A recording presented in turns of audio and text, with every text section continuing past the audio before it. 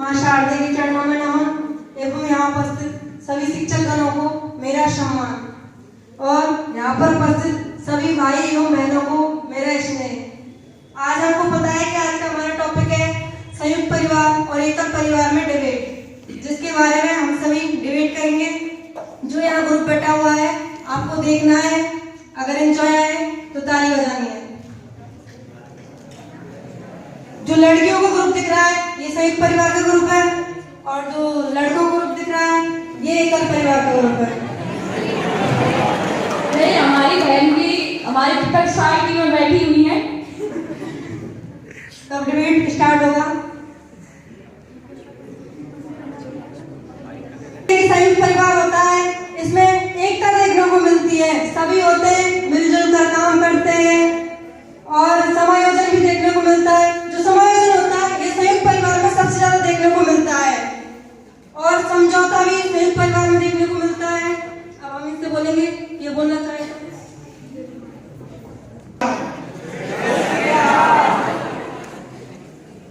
मेरा नाम BSc grade first year से।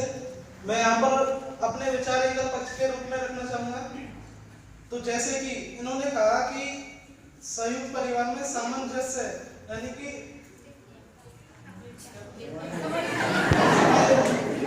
समायोजन की भावना अधिक होती है, लेकिन हमारे गांव में एक पुरानी कहावत है कि 7 मामा का भांजा भूखा ही मर गया।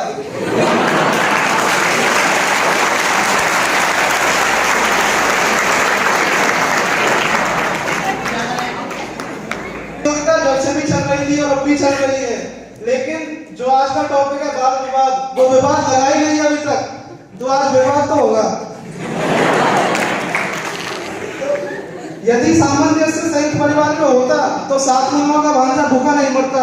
उन्होंने एक बार भी नहीं सोची कि हमारा भांजा है, हम ही इसको प्राथमिकता देकर भोजन करा दें, लेकिन वो आखिरकार बेचारे क्या करे, वो खुद तो लेकर खा ही नहीं सकता था, तो आखिरकार उसकी मृत्यु हो गई। तो हम इसके बारे में अपने विपक्ष से जानना चाहेंगे कि वो अगला अंदर क्या देते हैं।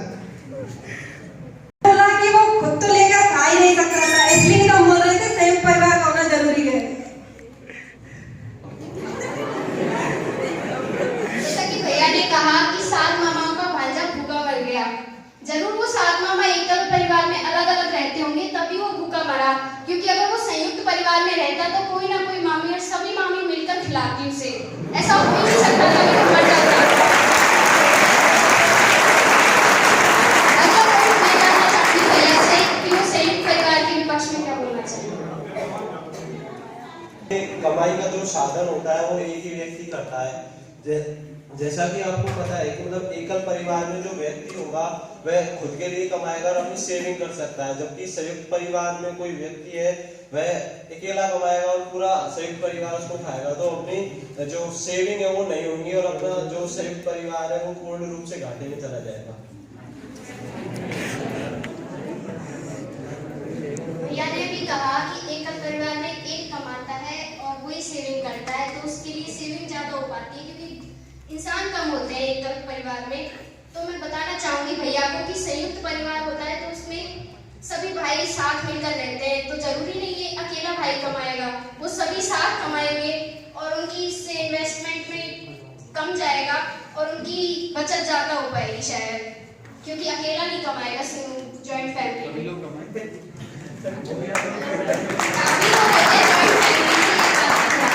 जैसा कि बहन ने बोला कि संयुक्त फैमिली में कई भाई कमाते हैं, तो उनमें हो सकता है कि मान लीजिए 10 लोग कमाते हैं तो 10 लोगों में किसी की सैलरी ज्यादा हो सकती है तो किसी की सैलरी कम हो सकती है।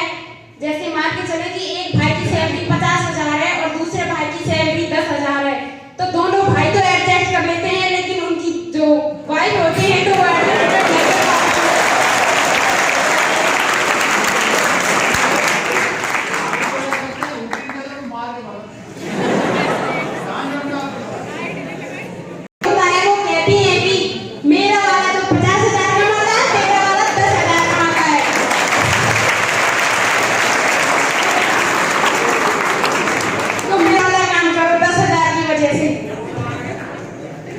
कि अलग अलग वाइफ होंगी तो वो लड़ेंगी, लेकिन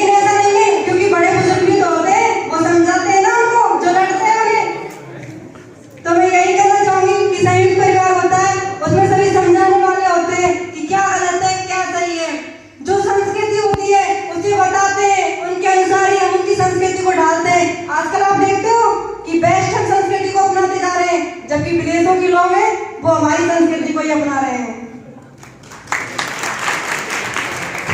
जमाने के साथ चेंज होना भी जरूरी होता है, क्योंकि बुजुर्ग लोगों की जो मैं मानती हूँ कि बुजुर्ग लोगों की जो परंपरा है उसे मानना भी जरूरी है, लेकिन उतना ही जरूरी, ज्यादा जरूरी है कि नई जनरेशन के लोग जो नई परंपरा अपनाते हैं उसे भी एक्सेप्ट करें, क्योंकि अगर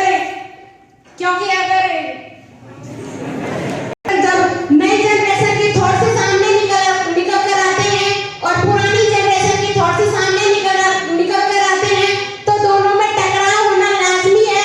और इसमें जरूरी नहीं कि पुरानी जनरेशन के वाले ही आदमी अपनी बात को ऊपर रखें। इसमें एक इंसान की जो इच्छा होती है उसे पीछे हटना पड़ता है, और जब किसी इंसान की इच्छा को दबाना पड़ता है तो उसे कहा गया है कि इंसान का जीते जी मर जाना होता है कि उसकी इच्छा को दबाना पड़े। जॉइंट फैमिली में देखने को मिलता है कि जो हमारे बुजुर्ग लोग होते हैं वो हमें शिक्षा देते हैं, वो हमारे भले के लिए देते हैं। ऐसा नहीं है कि बच्चों की या छोटों की हर बात को इनकार कर दिया जाता है, उनकी जो भी सही बात होती है उनको स्वीकार भी किया जाता है।